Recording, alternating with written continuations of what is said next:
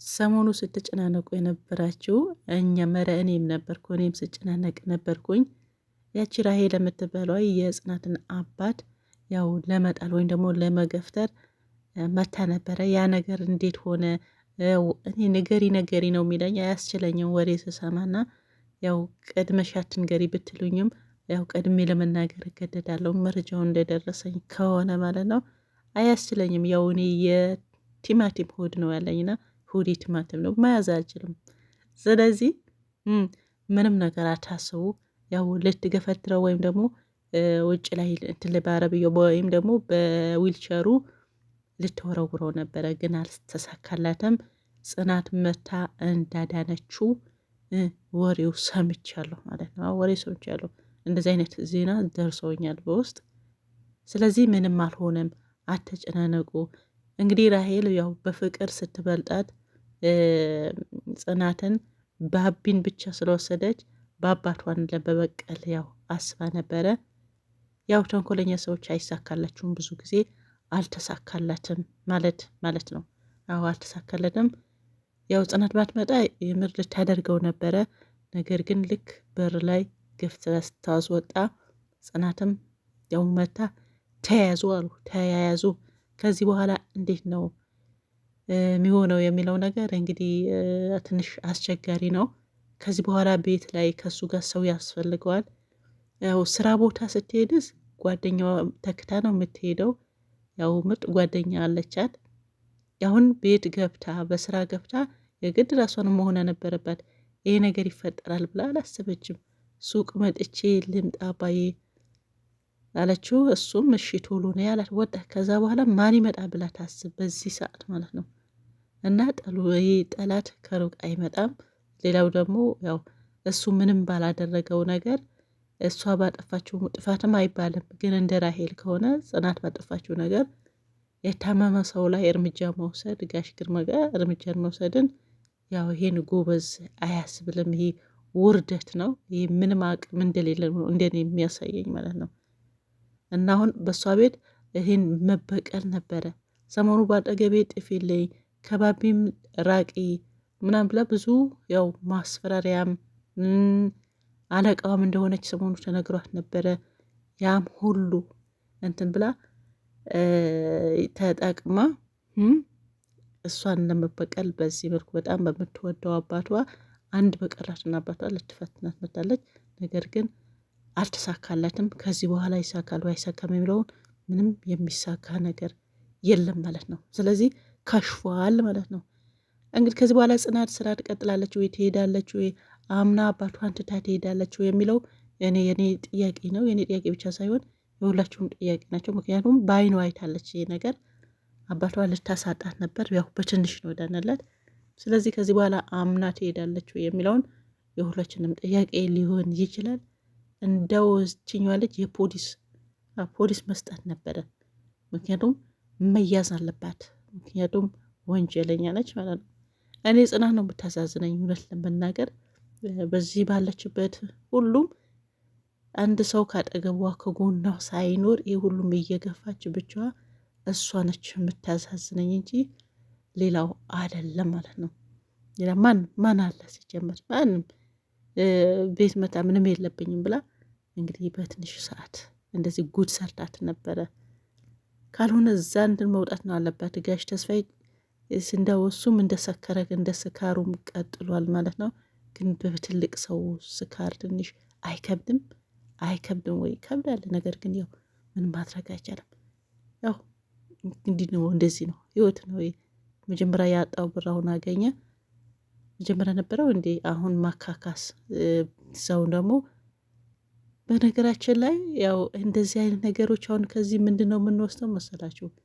ሁሉም ነገር ያው በጊዜው ሁሉም ነገር ስነ ስርዓት ቢኖረው እንደዚህ ደግሞ ትልልቅ ሰዎችን ምንም ሀብት ቢኖራቸው ምንም ሱሰኛ ቢሆኑ የሆነ ነገር ሲያደርጉ ይደብራል። በትልልቅ አባቶች ላይ ሲሆን አሁን ወጣቱ ለምሳሌ አሁን በሀቢቢ ያደርገው ይሄን ነገር ምንም አይደለም፣ ጊዜው ነው። ያኔ እንትኑ ባይደገፍም ስራው ነው። በቃ ገና ወጠጤ ነው ይባላል አይደል እንዴ?